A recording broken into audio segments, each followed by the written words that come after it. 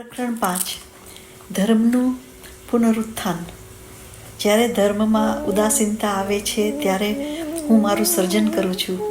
જગતના આધ્યાત્મિક માળખાનું રક્ષણ કરવાનો મારો સંકલ્પ છે. હું મારું નિરાકાર સ્વરૂપ છોડી નામ અને રૂપ ધારણ કરું છું. મારે જે જાતનું કાર્ય કરવાનું છે એ જાતના હું નામ રૂપ ધારણ કરું છું. જ્યારે અધર્મ ધર્મોનો નાશ કરવાની ધમકી આપે છે ત્યારે મારે ધર્મને પતનમાંથી બચાવવા આવવું પડે છે. બાબા. મંદિરનો જીર્ણોદ્ધાર. બદ્રીનાથ. જૂના મંદિરના દેવતાની દિવ્ય શક્તિનો પુનરુદ્ધાર કરવો એ એના આ અવતારનો એક અગત્યનો હેતુ છે એમ ભગવાને જાહેર કર્યું છે. આ કાર્યના એક ભાગ્ય રૂપે 11 જૂન 1961ના દિવસે ઉત્તર પ્રદેશમાં હિમાલયમાં આવેલા જાણીતા બદ્રીનાથ મંદિરની યાત્રાએ નીકળ્યા. એમની સાથે એમના માતા પિતા તેમજ બીજા ભક્તો પણ હતા. ઉત્તર પ્રદેશના ગવર્નર શ્રી બુરગુલ્લા રામકૃષ્ણ રાવ યાત્રિકોની સાથે હરિદ્વારથી જોડાયા. બાબા તેઓને સાથે રમૂજમાં કહેતા હતા, સાધારણ રીતે લોકો બદ્રીનારાયણના દર્શન કરવા બદરી જાય છે. તમે સ્થાપિત મૂર્તિના દર્શન કરવા ભગવાન નારાયણ સાથે લઈ જઈ રહ્યા છો. બાબાએ બદ્રીનાથના મંદિરની આધ્યાત્મિક ભવ્યતાથી આ વાત આ પ્રમાણે વર્ણવી. પરમ તપસ્વી આદિ શંકરાચાર્યે ભગવાન શિવને પ્રાર્થના કરી કે એમની પાસેથી 5 લિંગો મેળવ્યા. એમણે હિમાલયમાં ઉત્તર પ્રદેશમાં એક લિંગનું સ્થાપન કર્યું, બીજું ઓરિસ્સામાં પુરીમાં, કર્ણાટકમાં શૃંગેરી, ગુજરાતમાં દ્વારકા અને તામિલનાડુમાં ચિદામ્બરમમાં આ પ્રાપ્ત થયેલા લિંગોની સ્થાપના કરી. બદ્રીનાથના મંદિરમાં બાબાએ પોતાનો ખુલ્લો હાથ હલાવ્યો અને એક સોનાની થાળી ઉપજાવી. આ થાળીમાં 1000 પાંદડીનું સોનાનું કમળ હતું. 200 ભક્તોએ મુગ્ધ બનીને બદ્રીનાથ મંદિરમાં બાબાની આ લીલા નિહાળી. એમણે એ સોનાનું કમળ બીજી થાળીમાં મૂક્યું. આ થાળી ચાંદીની હતી. બીજા હાથને હલાવીને એમણે લિંગનું સર્જન કર્યું, જેને નેત્રલિંગ કહેવાય છે. એમણે સમજાવ્યું કે 1200 વર્ષ પહેલાં આદિ શંકરાચાર્ય આ નેત્રલિંગને ભગવાન બદ્રીનાથની પ્રતિમા નીચે સ્થાપ્યું હતું. બદ્રીનાથની પ્રતિમા દૃશ્યમાન છે એટલે બધા ભક્તોને તેની પૂજા કરે છે. લિંગમ નીચે સંતાયેલું જ રહે છે. હમણાં જ બાબાએ પૂજા કરવા માટે એને બતાવ્યું. સંસ્કૃતમાં નેત્ર એટલે આંખ. નેત્રલિંગમાં સ્પષ્ટપણે પહોળી ખુલ્લી આંખ દેખાતી હતી. બાબાએ એને સોનાના કમળમાં મૂકી દીધી. બીજો હાથ હલાવીને એમણે એક ચાંદીનું પાત્ર ઉપજાવ્યું. એમાં ગંગોત્રીનું પવિત્ર જળ ભરેલું હતું. ગંગોત્રી એ પવિત્ર ગંગા નદીનું મૂળ છે. બાબાએ પોતાની આંગળીથી એ પાત્રના તળિયે સ્પર્શ કર્યો. પછી એમણે જ્યારે હાથ લઈ લીધો ત્યારે પાણીથી નેત્રલિંગને અભિષેક થવા માંડ્યો. એમની આંગળીના સ્પર્શથી પાત્રના તળિયામાં એક કાણું થઈ ગયું. જ્યારે અભિષેક પૂરો થઈ ગયો ત્યારે શ્રી સાઈ બાબાએ પોતાનો હાથ હલાવ્યો અને તરત સોના ચાંદીના ફૂલોથી નેત્રલિંગ ઉપર અભિષેકની જેમ લિંગને ઢાંકી દીધું. ભગવાન શિવને તુમ્મી ફૂલ બહુ ગમે છે એમ કહેવાય છે. આ ફૂલો સફેદ હોય છે અને બહુ ઝીણા હોય છે, લગભગ 5 મિલીમીટરની લાંબા હોય. જ્યારે મંદિરના પૂજારીએ બાબાને આ વાત કરી ત્યારે એમણે ઢગલાબંધ તુંબી ફૂલ હાથ હલાવી ઉપજાવ્યા અને એ ફૂલોથી નેત્રલિંગની પૂજા થઈ. ભગવાને આ પૂજા કરીને નેત્રલિંગનો પુનરુદ્ધાર કર્યો. સાઈએ પોતાના ચમત્કારિક શક્તિથી એની અદૃશ્ય જગ્યા હતી ભગવાન બદ્રીનાથની પ્રતિમા નીચે ત્યાં મૂકી દીધું. પાછા પુટ પરથી આવ્યા પછી જે ભક્તો બદ્રી યાત્રાએ નહોતા આવી શક્યા એમને કહ્યું, નિરાશ ન થજો કે તમારે યાત્રાએ ન આવી શક્યા. તમે આધ્યાત્મિક ઉપહાર ન મેળવી શક્યા. ભગવાન નારાયણ અહીં તમારી બાજુમાં જ છે, તમારી સાથે જ ઊભા છે. આ નારાયણના દર્શન મન ભરીને કરી લો. દૂર રહેલા પ્રતિમા સ્વરૂપ નારાયણના દર્શન માટે શા માટે કરવા માગો છો? આ જ જગ્યાએ પ્રગટ દશામાં ખુદ નારાયણ તમારી સામે જ છે અને ભક્તિથી અને શરણાગતિથી પૂજા કરો અને આધ્યાત્મિક આનંદ મેળવો. વારાણસી એક બીજું પ્રાચીન પૂજા કરવાનું સ્થળ છે અને એવી જ કૃપા મળી છે અને દિવ્ય હાથોથી ફરીથી આધ્યાત્મિક સામર્થ્ય મળ્યું છે. આ વખતે 2 એપ્રિલ 1961ના દિવસે અમે વારાણસીની યાત્રા કરી. સ્વામીના માતા પિતા ઉત્તર પ્રદેશના ગવર્નર બુરગુલ્લા રામકૃષ્ણ રાવ અને બીજા કેટલાક એમની સાથે ગયા હતા. ભગવાન વિશ્વેશ્વરની નજીક પહોંચવા આવ્યા ત્યારે બાબાએ રોજની પોતાની રીતે કૈલાસ વિભૂતિ ઉત્પન્ન કરી અને લિંગ ઉપર 3 આડી લીટીમાં ચંદનની જેમ લગાવી દીધી. એમણે ચંદનની લુગદી બનાવી લિંગને ચાંદલાની જેમ ગોળ ગોળ લગાવી. પછી એમણે ઝળહળતું સોનાનું આભૂષણ ઉપજાવ્યું અને હીરા, રૂબી અને એરોડલ્સ, હીરા, માણેક અને નીલમ ચંદનના પાટલા પર છોડી દીધું. પલક માત્રમાં એ ત્યાં જ મજબૂત ચોંટી ગયું. આથી વારાણસીના ભગવાન વિશ્વનાથ વધારે તેજસ્વી દેખાતા હતા. સોમનાથ જામનગરમાં મહારાણીના આમંત્રણથી બાબાએ ગુજરાત સોમનાથની મુલાકાત લીધી. સોમનો અર્થ છે સ પ્લસ ઉમા, એટલે કે ભગવાન શિવ એમના પત્ની સાથે. પત્નીનું નામ ઉમા ઘણી વખત પાર્વતી તરીકે પણ ઓળખાય છે. ઇતિહાસમાં ખૂબ જાણીતું છે કે મોહમ્મદ ગિઝનીએ ભારત પર ઘણીવાર હુમલા કર્યા હતા અને સોનાના હીરાના મોટા ઢગલા ઉપાડી ગયો હતો. છેલ્લા હુમલા વખતે સોમનાથનું લિંગ ઉખેડી નાખીને નીચેથી પણ નીકળેલા કિંમતી આભૂષણો પણ ઉપાડી ગયો. એવી રીતે તૂટેલા લિંગની જગ્યાએ મંદિરના પંડિતોએ બીજા લિંગની સ્થાપના કરી. જામનગરના મહારાજા દિગ્વિજયસિંહને મંદિરના લિંગને પહેલાંની જ્યોતિ પાછી આપવામાં આવી હતી. આ કરવામાં પુષ્કળ ખર્ચ અને ખૂબ મહેનત કરવી પડે એમ હતું. આવી મુશ્કેલીઓ હોવા છતાં પણ એમને સુંદર ટાવર મુગટ જેવું ઊભું કર્યું. નામ પાડ્યું દિગ્વિજય ગોપુરમ અને ઉદ્ઘાટન ભગવાન સાંઈબાબાએ કર્યું હતું. મંદિરના પટાંગણમાં અને નજ મંદિરમાં બાબા ગયા અને સોનાના બીલીપત્ર ઉત્પન્ન કર્યા. આ પત્ર શિવ ભગવાનને ગમે છે અને 4 ફૂટ ઊંચા લિંગ ઉપર અભિષેકની જેમ વરસાવ્યા. એમણે જાહેર કર્યું કે આ લિંગની નીચે અદૃશ્ય જ્યોતિર્લિંગ છે. એમની દૈવી ઈચ્છાથી આ લિંગને બહાર કાઢી લઈ આવ્યા. જે સમુદાય ત્યાં હતો એ બધાને બતાવ્યું. એ વીજળીની જેમ ચમકતું હતું. પોતાના દિવ્ય સ્પર્શથી અને પુનર્જીવન શક્તિ આપી. પછી એને એના અદૃશ્ય સ્થાન પર બદ્રીનાથની જેમ લઈ ગયા.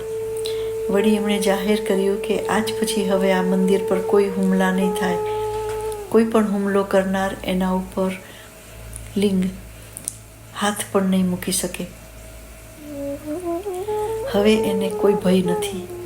એટલે હું આ લિંગને જાહેર પ્રજાને દર્શન કરવા માટે બહાર જ રાખું છું.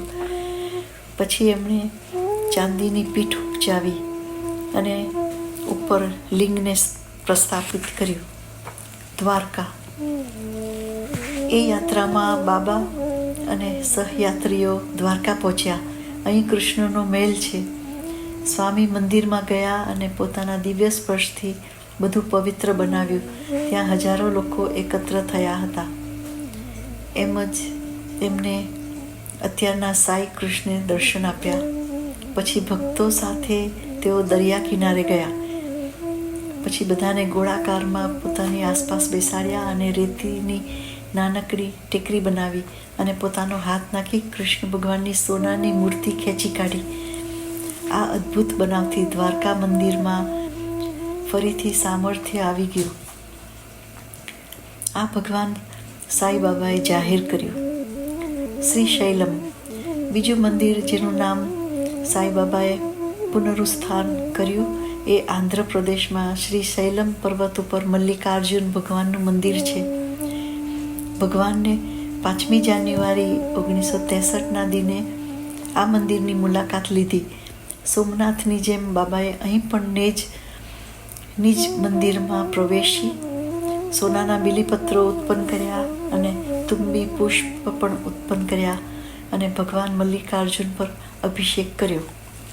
પંઢરપુર, 13મી જૂન 1965ના દિને મહારાષ્ટ્રમાં પંઢરપુરની મુલાકાત લીધી.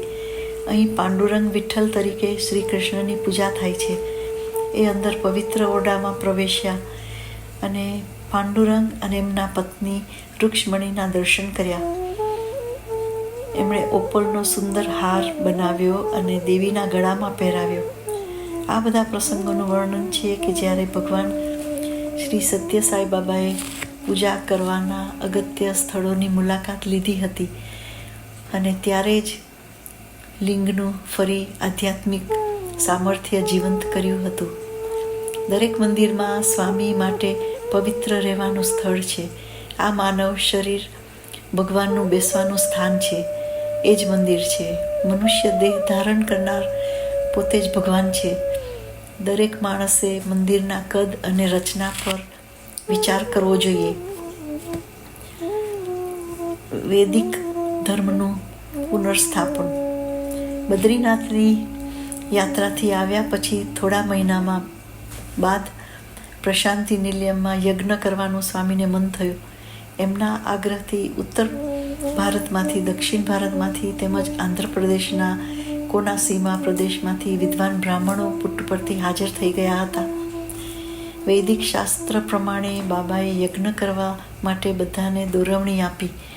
બાબાએ જાહેર કર્યું, મારા અવતારના કાર્યના ભાગરૂપે ગાય અને બ્રાહ્મણોની સારી રીતે સંભાળ રખાય. એનો પાયો હું અહીં નાખું છું, જેથી વેદોને અને વૈદિક ધર્મને જીવંત રાખી શકાય.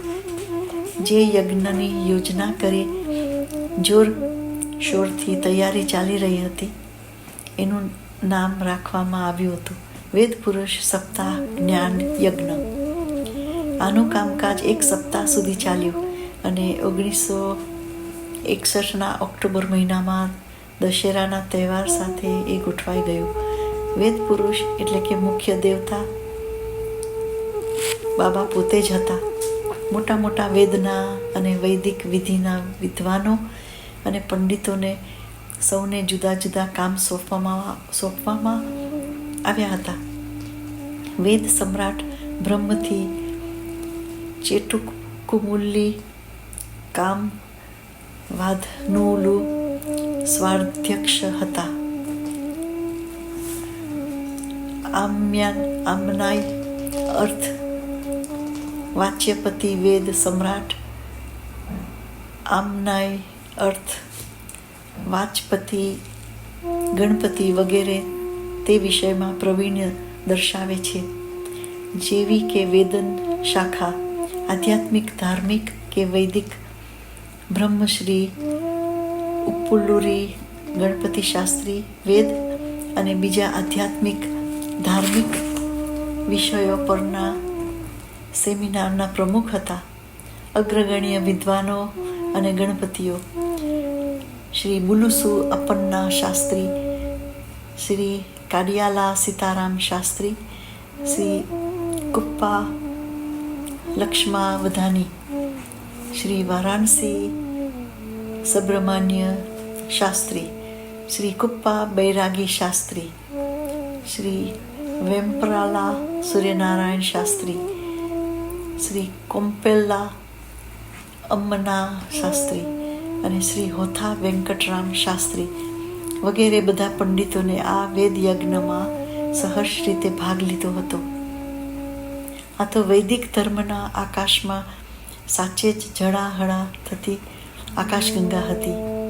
કાર્યક્રમનો આ ક્રમ આ પ્રમાણે હતો: પાર્થિવ શિવલિંગને અર્ચના, મંત્રજપ, પવિત્ર પુસ્તક રામાયણનું પારાયણ, શ્રી મહાભાગવતના દેવી ભાગવત, શ્રી ભાષ્યમ અને બીજા બધા શાસ્ત્રો સાથે સૂર્ય નમસ્કાર, નવગ્રહ જપ પણ કરવાના હતા. ઋગ્વેદ, યજુર્વેદ અને સામવેદનું પારાયણ સાચે જ ભક્તોના કાનને સાંભળવું ખૂબ ગમતું હતું. અને બધા જ શિરમરો અને અતિરુદ્ધયાગ બહુ જ ચીવટથી ઝીણામાં ઝીણી વિગત જે વિધિમાં હોય તે કરીને બહુ જ શ્રદ્ધાથી થયો. આ 7 દિવસની કાર્યવાહી બહુ જ સંતોષજનક હતી અને શ્લોક સમુદાયને આધ્યાત્મિક તૃપ્તિ આપી ગઈ. સમાપ્તિને દિવસે ભગવાન શ્રી સત્ય સાંઈ બાબાએ પ્રવચન આપ્યું. બહુ જ લાક્ષણિકતાથી એમને ભક્તજનોને સંબોધન કર્યું. આત્મ સ્વરૂપ લારા, આત્મ સ્વરૂપ, મારા અવતારનો હેતુ ધર્મ સ્થાપન કરવાનો છે. તેના દ્વારા આખી દુનિયામાં સુખ શાંતિ સ્થાપવી છે. મારો સંકલ્પ કદી પાછો પડતો નથી. મારા ઉદ્દેશ્યને કોઈ અટકાવી શકે એમ નથી. એનો વિજય થવાનો છે. આ નક્કી જ છે, નિશ્ચિત છે. મારા આ પહેલાના અવતારમાં મેં કહ્યું હતું કે પોતાની અંગત નાની નાની ઈચ્છા પૂર્ણ કરવા જે યજ્ઞ થાય છે તેથી સાચું કલ્યાણ નથી સધાતું. વિશ્વ શ્રેષ્ઠતા માટે અને વિશ્વના કલ્યાણ માટે જે જ્ઞાન યજ્ઞ થાય છે એ જ સાચું કલ્યાણ છે. યજ્ઞ એટલે ત્યાગ. ત્યાગ નિસ્વાર્થ હોય છે. વેદો લખે છે કે ભગવાનની કૃપા મેળવવા યજ્ઞ કરવો જોઈએ, ઘી અને બીજી વસ્તુઓ અર્પણ કરવી જોઈએ, કારણ કે વેદો અગ્નિ દ્વારા આ બધું ભગવાન માટે અર્પણ કરાવે છે. ભગવાનને આપવાનું છે એટલે અગ્નિ ભગવાનની પાસે મૂકી દે છે. ટૂંકી બુદ્ધિના માણસો આમાં શંકા કરશે, આ સાચું છે? આવું બની શકે ખરું? આપણે સ્થાનિક પોસ્ટ ઓફિસે જઈએ, જેને મોકલવાના હોય અને એને પૈસા મોકલીએ છીએ, એ માણસ પાસે હોય કે દૂર રહેતો હોય અને પૈસા મળશે જ, તો પછી વેદના આ નિશ્ચયાત્મિક વિધાનને માટે શા માટે શંકા કરવી? ભગવાન રાજી થઈને આપણને સમયસર વરસાદ મોકલે છે, એથી પાક સારો થાય છે અને આપણને અનાજ મળે છે. અનાજ આપણને પોષણ આપે છે અને આપણા જીવનને ટકાવી રાખે છે. એટલે મનુષ્યના કલ્યાણમાં મૂળમાં યજ્ઞ છે. યજ્ઞનું મૂળ કર્મમાં છે. બ્રહ્મમાંથી કર્મ જન્મે છે. બ્રહ્મન અક્ષર પુરુષના સ્વરૂપમાં છે. એ અક્ષરનું પ્રણવ સ્વરૂપ છે અને વેદના મૂળમાં પ્રણવ છે. યજ્ઞ મારા નામથી અને મારી આકૃતિથી કરવામાં આવતો મનુષ્યો માટે ઘણો યોગ્ય છે. જેમણે યજ્ઞનો પ્રસાદ લીધો હશે, જેઓ એમના સાંસારિક જીવનમાં સંતુષ્ટ અને કાયમી સુખી રહેશે અને જ્યારે આ દુનિયામાંથી વિદાય લેશે ત્યારે પરમાત્મામાં લય થઈ જશે. એના માટે જરા પણ શંકા નથી. બીજા પ્રસંગે યજ્ઞની ઉજવણી માટે બધા ભેગા થયા હતા ત્યારે ભગવાને કહ્યું, યુગો પહેલાં યજ્ઞના ઉમદાદ સિદ્ધાંતો લોકો ભૂલી ગયા છે. આ સિદ્ધાંતો છે નિસ્વાર્થપણું અને પ્રેમાળ સેવા. લોભ, અદેખાઈ અને સ્વાર્થપણું એવા ખરાબ તત્વો પાંગરતા જાય છે. વેદો કાળા હરણનું રૂપ લઈને ગાઢ જંગલમાં પહોંચી ગયા. મહાન ઋષિઓ અને વેદના વિદ્વાનો એને શોધવા નીકળી પડ્યા, પણ વ્યર્થ. એની ફક્ત ચામડી જ મેળવી શક્યા. આ બનાવની યાદગીરીમાં વેદમાં કયા પ્રમાણે યજ્ઞ કરવામાં આવે અને ઋત્વિક પંડિતો જેવા વેદ મંત્રો બોલતા બોલતા અર્ધે આપે છે તેઓ. આજે પણ કાળા મૃગના ચામડા પહેરે છે અને અગ્નિને અર્ધ્ય આપતી વખતે મૃગ ચર્મ પહેરે છે, એની પર બેસે છે. સામાન્ય લોકોને તેઓ ચામડાનો ટુકડો જ લાગે છે, પણ યજ્ઞની દ્રષ્ટિથી જોતા શર્મમ એટલે કે સુખને પરમાનંદ આપે છે. જેઓ યજ્ઞ કાર્યમાં સક્રિય હોય તેઓ આ આનંદને પોતે અનુભવી શકે એટલું જ નહીં પણ આખી દુનિયામાં પ્રચાર કરે છે. પ્રશાંતિ નિલયમાં યજ્ઞ થતા હોય એનું અંતિમ ધ્યેય ત્યાગ હોય છે. બીજા શબ્દોમાં કહીએ તો કર્મના ફળને ત્યાગીને જે આનંદ મળે છે તે આધ્યાત્મિક ખરો આનંદ છે. આવા યજ્ઞ ફક્ત એક વ્યક્તિ કે એક દેશ માટે નથી હોતા. એનો હેતુ આખી દુનિયામાં કલ્યાણ રાજ્ય સ્થાપવાનો છે. દરેક યજ્ઞની પૂર્ણાહુતિ વખતે છેલ્લી વિધિ આશીર્વાદાત્મક અર્ધ્ય, પૂમા આહુતિ, અગ્નિને અર્ધ્ય આપવાનું. જે બધું વધ્યું હોય એમાંથી આપવાનું હોય છે. સ્વામીએ પોતે હજારો ભક્તો પર વિધિનું પવિત્ર પાણી છાંટ્યું. આના વડે એમણે સૌને આધ્યાત્મિકતા અર્પણ કરી. અન્ય કોણ સમુચિત મુહૂર્ત જાણે છે? વૈદિક વિધિ વખતે ખ્યાતનામ વિદ્વાનો અને પંડિતો તો હતા જ, પણ જેઓ બરાબર લયબદ્ધ રીતે વૈદિક મંત્રો ગાઈ શકતા હતા એમને જ્ઞાન યજ્ઞનું કામકાજ સોંપવામાં આવ્યું હતું. ભગવાન શ્રી સત્ય સાંઈ બાબાએ 1961ની 1 ઓક્ટોબર સવારે 9:30નું મુહૂર્ત નક્કી કરી નાખ્યું હતું. પંડિતોએ પોતાની રીતે ગ્રહોની સ્થિતિ જોઈ ગણતરી કરી. સવારના 7:30નું મુહૂર્ત યજ્ઞશાળામાં પ્રવેશ માટે જોઈ રાખ્યું હતું. પણ જ્યારે એમણે આ મુહૂર્ત વિશે સ્વામીએ કહ્યું ત્યારે કહ્યું, મને લાગે છે કે 9:30નું મંગળ મુહૂર્ત બરાબર છે. થોડું વધારે વિચારો.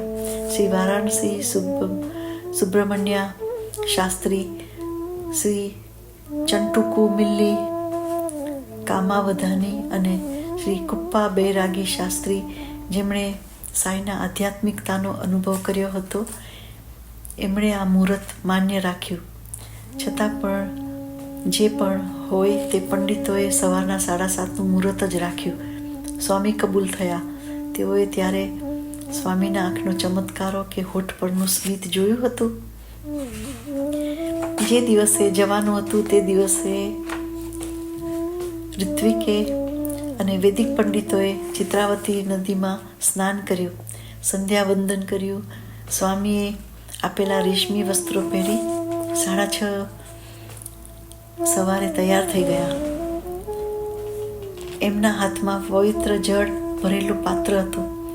તેઓએ યોગશાળા તરફ જવા સવારે બરોબર 7 વાગે શરૂ કર્યું, જેથી યોગશાળાએ 7:30 વાગે પહોંચી જાય.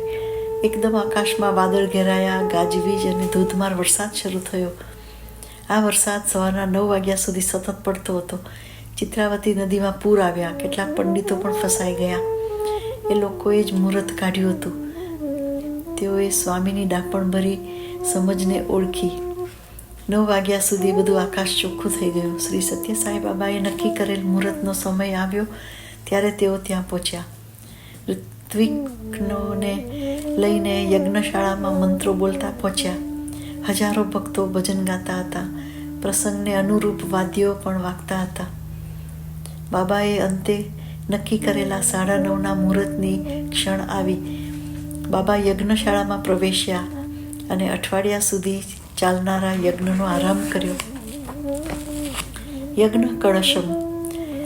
યજ્ઞના આરંભમાં 1-2 દિવસ પહેલા ઋત્વિકોના નાયક શ્રી શિવરામ બૈરાગી શાસ્ત્રીને બાબાએ બોલાવ્યા.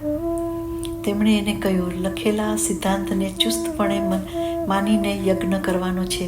યજ્ઞની કોઈ પણ ચીજ ત્યારે મંગાવી ન જોઈએ.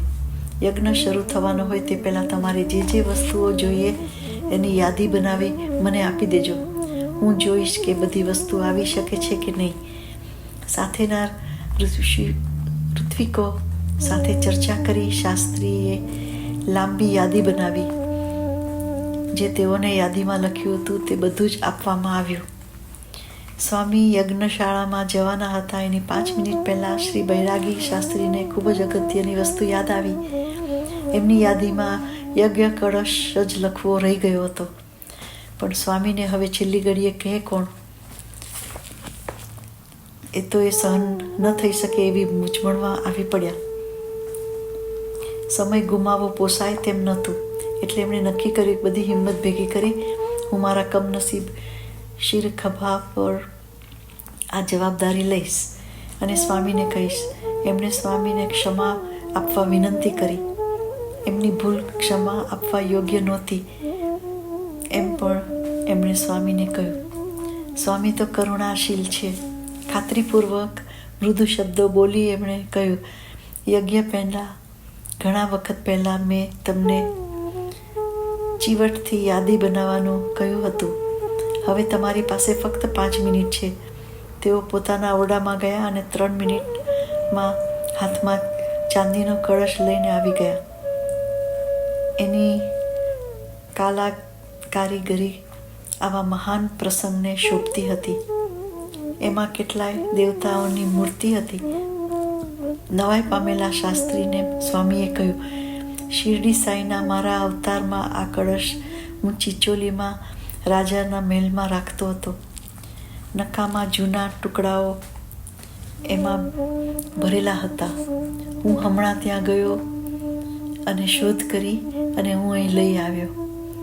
એમાં આટલો સમય થયો. હવે શાસ્ત્રમાં જે છે એની સાથે આ સુસંગત છે. એટલે હવે તમે આગળ આ કાર્યવાહી શરૂ કરો. આ પાત્ર ઉપર સા બા ના અક્ષરો કોતરેલા હતા. એ સાંઈબાબાનું પાત્ર હતું એમ હિન્દીમાં સમજી શકાય. કેટલાય વર્ષો પછી સ્વામીની હાજરીમાં તેઓ લોકો સમક્ષ સંબોધન કરતા હતા ત્યારે શાસ્ત્રીએ આ પ્રસંગ વિગતવાર કયો હતો. આયુધ પૂજા. પારંપરિક રીતે વિજયાદશમીના દિવસે દશેરાની ઉજવણી કરતી વખતે યુદ્ધના આયુધોની પૂજા કરવામાં આવે છે. એને આયુધ શસ્ત્રોની પૂજા કહેવામાં આવે છે. બાબા કહે છે, માણસના સ્વભાવમાં 6 ખરાબ વૃત્તિઓ હોય છે. આ વૃત્તિઓ માણસને આધ્યાત્મિક ઉન્નતિ કરવા દેતી નથી. આ વૃત્તિઓ છે કામ, ક્રોધ, લોભ, મોહ, મદ અને મત્સર્ય. આની પણ પૂજા કરવી જોઈએ એમ બાબા કહે છે.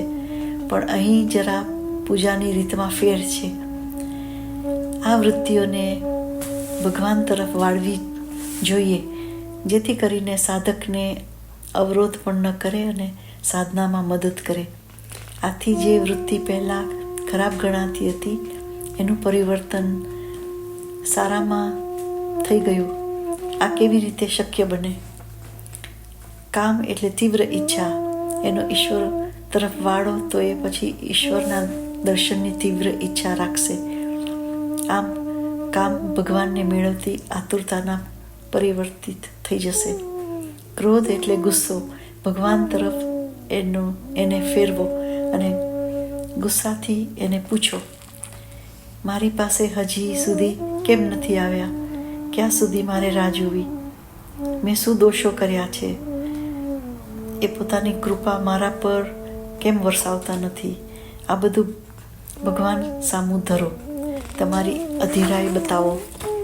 તમારો ગુસ્સો મક્કમ ઈચ્છામાં પરિણમશે અને તમારા જીવનને ફાયદાકારક વળાંક મળશે. લોભ. તમે જ્યારે ભગવાન તરફ ફરો છો ત્યારે તમારો અધિકાર માગો. મારા પોતાના ભગવાન બીજા પાસે કેમ જાય? આવો લોભ ભગવાનને મેળવવાની તાલાવેલી જગાવશે. મોહ એટલે વિવેક શક્તિનો અભાવ. જ્યારે મોહને ભગવાન તરફ વાળવામાં આવે ત્યારે ભગવાન વગર જીવી નહીં શકાય એવું એને લાગે છે. આ સંસારિક જીવનમાં કાંઈ મજા નથી. ભગવાનની સંગતિ વગર આ જીવન નકામું છે એમ લાગે છે. અને એવો મોહ ભગવાનની ભક્તિ માટે આંધળા બનાવી દે છે. મદ એટલે અભિમાન, ઘમંડ સાથેનું અભિમાન. તમે એને જ્યારે ભગવાન તરફ વાળશો ત્યારે તમને લાગશે કે ભગવાનનો આધાર અને કૃપા મળી છે. કોઈ મારા રસ્તાને ઓળંગી નહીં શકે અને કશાની બીક નથી. ભગવાન મારું પતન કેવી રીતે કરશે? આવા વિચારથી મદ ભગવાનની શ્રદ્ધામાં પરિણમશે. મત્સર ને અર્થ અદેખાઈ કે ઈર્ષા. અને જ્યારે ભગવાન તરફ વળશો ત્યારે તમને થશે, મારા ભગવાન કોઈનાથી લલચાઈ ગયા છે અને મને દૂર રાખે છે. આમ તમે દુઃખી થાવ છો, પણ તમને લાગે છે કે તમારું માત્સર્ય ભગવાનની નજીક જવા માટેનું પરિવર્તન લાવે છે. સર્કસમાં સિંહ એના માલિકને આજ્ઞાકીતપણે માને છે, એ જ પ્રમાણે માણસની 6 ખરાબ વૃત્તિઓ એના માલિકના કબજામાં છે. આમ એ પોતાના જંગલીપણાને છોડી દેશે અને તમારા વશમાં આવશે. આયુધ પૂજાનો આ જ સાચો અર્થ છે. કેટલાક ભક્તો યજ્ઞકુંડમાં અર્ધ્ય આપવા મોતી, પરવાળા અને સોનું લાવ્યા છે. સ્વામી એમને ભારપૂર્વક કહ્યું કે યજ્ઞકુંડમાં તમારા ગુણોનું અર્ધ્ય આપો. તે મૂલ્યવાન રત્નો છે અને તમે ત્યાગી શકો. જ્યારે યજ્ઞ કરતા હોઈએ ત્યારે આત્માના ઉત્કર્ષ માટે નિશાન રાખવું જોઈએ. એ જ યજ્ઞ પરિશ્રમની ફલશ્રુતિ છે. ઓમ શ્રી સત્ય સાઈ પરબ્રહ્મણે નમઃ. ઓમ શાંતિ શાંતિ શાંતિ. પ્રકરણ 5 સમાપ્ત.